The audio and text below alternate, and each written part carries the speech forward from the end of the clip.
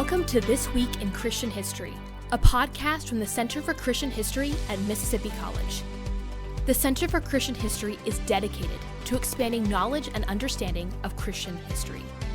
Our mission is to provide a scholarly, unbiased look at the events, figures, and movements that have shaped Christianity over the centuries. You can visit centerforchristianhistory.com for daily historical highlights. And each week on this podcast, we'll do a deep dive into key moments with Christian history's leading authorities. Our first historical highlight for the week and the subject of our deep dive is Annie Wittenmyer, the first president of the Women's Christian Temperance Union. Made up of a group of women who spoke out against the consumption of alcohol, the WCTU ultimately argued for the implementation of anti-alcohol legislation. At its peak, the WCTU claimed over 1,000 chapters across the U.S. and played a major role in the ratification of the 18th Amendment. Wittenmyer served as the WCTU's president from 1874 to 1879 and died on February 2, 1900. Our next historical highlight is theologian John Calvin's last sermon, which he preached on February 6, 1564. Calvin was so frail that in order to get to his church, he had to be carried while seated in a chair. It is believed that he had malaria and had overworked himself to the point of exhaustion and sickness. He would die 3 months later. Our final historical highlight for the week is the ratification of the Westminster Confession of Faith, one of the most important events in Protestant history. The British Parliament ratified the confession on February 7, 1649. It held that the Bible contained the holy, inerrant, and authoritative Word of God, and that anything else, including the Apocrypha, was not to be considered Scripture. Today in our deep dive, Nick Walters, founder and director of the Center for Christian History, talks with Jennifer Woodruff Tait about Annie Wittenmyer. Hello and welcome to yet another episode of This Week in Christian History. We are extra excited to be able to have this episode rolling out because this is our 50th episode. So a whole lot of hard work by a whole lot of people on the team here at Mississippi College, particularly, and don't edit this out, Evelyn, but Evelyn Parsley is our student who has done a fantastic job of being our editor for all of our episodes of the podcast. And one of the reasons that the podcast has been successful is we found really great people as guests who are subject matter experts to help us discuss more things in Christian history. And one of the people who have helped us a great deal in finding those guests is our guest today. So how about all of that? So Dr. Jennifer Woodruff Tait with Christian History Magazine is our guest today. And our focus is to talk about Annie, do you say Wittenmyer? How do you say it? Wittenmyer is how we're going to say it. Wittenmyer. Witten, yes. T's. Oh, I'm sorry. Yeah. I left my T's out. Witten, right, who was the first president of the Women's Christian Temperance Movement. Some of you may recall that we did a Christian History Chronicles on the temperance movement that Dr. Woodruff Tait did for us. Her husband has been a podcast guest, and we love our relationship with Christian History Magazine. And eventually I'm going to be quiet, okay, and let her be able to talk. So thank you for joining us, and thank you again for all you've done to help us to make this podcast successful. Well, I'm always glad to be here. Well, it's always good info for us to have. So let's talk a little bit about Annie Wittenmyer and give us maybe a little background on what the WCTU was and why we would be talking about her at all, about the WCTU. Yeah, well, she was the first president of the WCTU, which is Women's Christian Temperance Union. I have not women's, even though they had many women who were part of it. But I have had so many fights with proofreaders about this in my life, writing about temperance. So each woman was having their own commitment to temperance, I guess. Good. So anyway, the Women's Christian Temperance Union, WCTU, She was the first president. She's much less famous than her successor, Frances Willard, who we're going to talk about in a minute. But she was born in 1827, and she's a Methodist. Not everyone, but a lot of people involved with the temperance movement were Methodists. It was, most Protestant churches, Lutherans were kind of an exception, but most Protestant churches were very committed to temperance, but Methodists, you'll generally find Methodists in the front of the pack in that. And she was a leader. Her name was Annie Turner Wittenmyer. We call her Annie Wittenmyer, but she actually divorced her husband fairly early in their relationship really? because he abandoned her. I assume that he went off with somebody else. That's usually what that term meant in the 19th century. So all of this she was doing. She was actually doing as a divorced woman. She had 4 children, but 3 of them died in infancy. She started out in reform during the Civil War. She did nursing in hospitals and also wrote about the conditions in hospitals. And so she was involved in, helping soldiers, helping orphans, and she worked for the Women's Home Missionary Society of the Methodist Episcopal Church. She was mainly known as a writer, so she began to write these books. She edited periodicals. She wrote hymns. I can't think of one off the top of my head, but I'm sure that you might be singing it. Look to him and look down. It was written by Annie Wittenmyer. And eventually she was among the people, many of whom were Methodist, who founded the Women's Christian Temperance Union.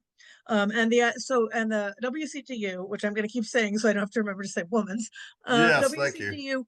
Grew in it began in the 1870s, and it grew out of something called the Women's Crusade, which was something that took place mostly, as I recall, in Ohio, although I think it spread to some other places, where women would gather in front of saloons. They would pray. They would practice forms of nonviolent protest. Sometimes people would, throw water on them and yell at them and do all sorts of things to get them to go away. And they just kept silently witnessing and praying in front of saloons. And it became this huge movement. And there's a great book about it, if you ever want to read about it, called Give to the Winds Thy Fears. Winds with a D. The guy who wrote it is called Jack Blocker. This is a book from like the 70s. He's been dead a long time, but when I first started researching temperance many years ago, it was a really foundational book. So anyway, so the Women's Crusade was amazing. And then there were people who said, okay, we need to channel this energy. If we want to work for the abolition of alcohol, which was, as I said a little earlier to you offline, a progressive social cause in the 19th century. It was, right. we want to help women and help children, by getting rid of, drunken men who beat their wives and, abuse their children. And so they said, we need to organize women, because women, it was just assumed that all women would be in favor of temperance. And so we need to organize them. We need to get them to sign temperance pledges. We need to get them to get their husbands to sign temperance pledges, and out of that came the WCTU. And Annie was president of that for about 5 years. And under her, it was very specifically focused on temperance. But I know that Nick is going to ask me about her successor, Frances Willard, because under Frances Willard, it remained doing a lot of temperance work, but it began to also get involved in a lot of other social causes as well. So well, and that's a great segue for us to be able to talk about her. Now, how did they literally, expand and create chapters and that kind of thing? You had to have an enormous amount of time to just writing letters all the time. And you think about how quickly you can send an email now. And the telegraph was invented sort of, during the 19th century. And so it was possible, expensive, but possible, to contact people over, to have a more quicker form of contact. But mostly, unless you had an emergency, you wrote people letters. And so all of this was, they published, periodicals and other literature. And so women would come upon WCTU literature. They would say, I want to form a chapter.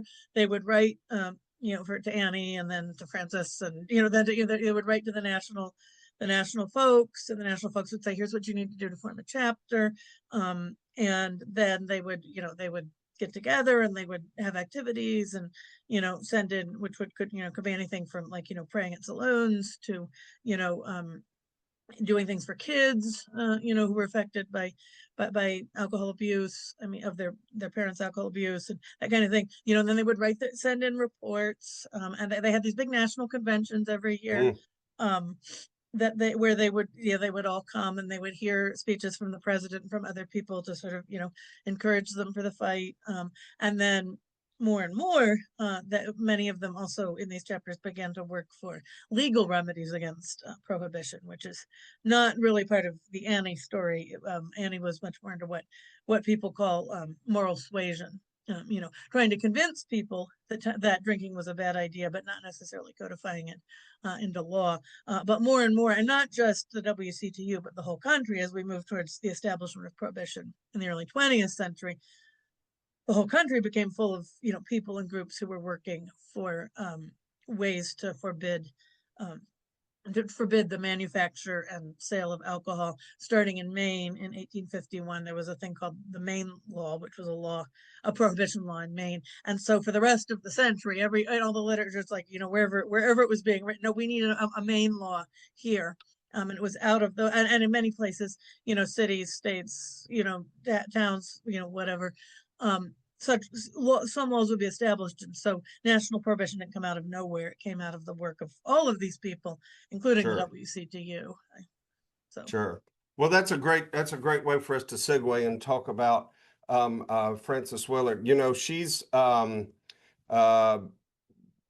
as we think about the 250th anniversary of the United States, and we start to think about places like Washington, D.C. in that frame of reference of all of that as well. Frances Willard is one of the 2 statues in Statuary Hall that were sent to Statuary Hall by the state of Illinois. The other one being Abraham Lincoln, right? Yeah, she's in good company, right? But it's hard to underestimate how important Frances Willard, to set the stage here, was Annie Wittenmyer's successor as president of the WCTU. And did Frances Willard defeat Annie Wittenmyer for president? Was there a race for it, or did Annie just kind of, you think, understood, hey, this thing's starting to move a different direction than I really want to expand it to, and so she backed out, or she was tired? I'm sure she was tired after several years of there was I'm not sure exactly the method they used, but it was an elected position. So she was already she was part of the founders. She became the corresponding secretary, so everybody knew her because she was the person, when you run into the national office, Frances Willard would write you back. And also she also edited some publications, and so she essentially campaigned for this and was elected by the people who were there. The delegates. I'm not sure exactly how they chose delegates and exactly who could vote and that sort of thing, but it was an elected position that she came to. Yeah, and then she was elected in 1879. So Wittenmyer had been there 5 years, and then Willard died in the position. She died in 1898. So that's nearly 20 years then that she was president. Wow. Yeah. And then but did Annie stay still active with the Annie stayed active for a while, with a caveat. No, Annie stayed active and continued to try to because Frances Willard had this policy which she called do everything, which, by the way, I want to make sure I stop and mention this. I just finished reading very recently new biography of Frances Willard, and the biography is called Do Everything. Okay. Yeah, it's by Christopher Evans from Oxford University Press, and it's not actually, I thought it was the first academic biography of Willard when I was reading it, but it's the first in about 40 years. And it was a really good book. It took her faith seriously, but it also took her politics seriously. So anyway, some of what I know about her, I learned over the past 3 weeks. But anyway, but the book is called Do Everything because that was her motto for the WCTU. She wanted them to be involved in as many reform efforts as possible.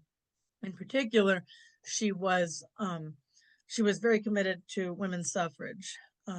She was also, although she didn't really press the WCTU on this, I did not realize this until I read the book, she also experienced a call to the ordained ministry, which, because she was a woman, did not that's a whole other story about how she was very close friends with some of the other people who were working for women's ordination and women's representation as laity at General Conference and all those sorts of things in the Methodist Church. So the author of Do Everything seems fairly convinced that she, from her writings and stuff, that she herself felt that she was called into the ministry. But anyway, her idea was that the WCTU should do suffrage, should do other work help fallen women, prostitutes, that sort of thing. So sort of any social cause you could think of that was happening, she wanted the WCTU, with always temperance at the center, but she wanted the WCTU to get involved in it.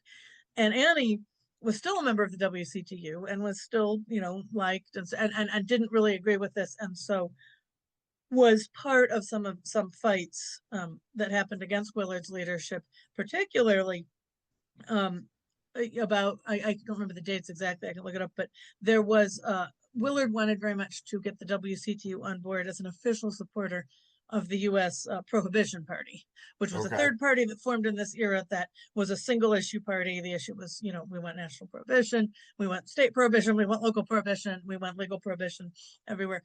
And a bunch of people, I just looked up the date, it's 1890, a bunch of people split off from the WCTU and formed what they called the nonpartisan WCTU. And Annie Wittenmyer, she wasn't the leader of that, but she was one of those people because the idea was this is an organization that will work only for temperance and will not get involved in politics and will not officially support political parties and platforms. So Annie died, I got to actually look at the dates, I'm terrible with remembering dates. So Annie died in 1900. So after that, but she remained involved and opposing Frances Willard until she died. You can watch the rest of Nick's interview with Jennifer Woodruff Tait by clicking the View Full Interviews button on the podcast page of centerforchristianhistory.com. This Week in Christian History is produced for the Center for Christian History by Blue and Gold Media at Mississippi College in cooperation with the MC Department of Communication. For episode transcripts and more information, visit centerforchristianhistory.com. Be sure to subscribe on Spotify, Apple Podcasts, and YouTube, and follow the Center for Christian History on Facebook and Instagram. Our next podcast episode is coming next week. Thank you for listening.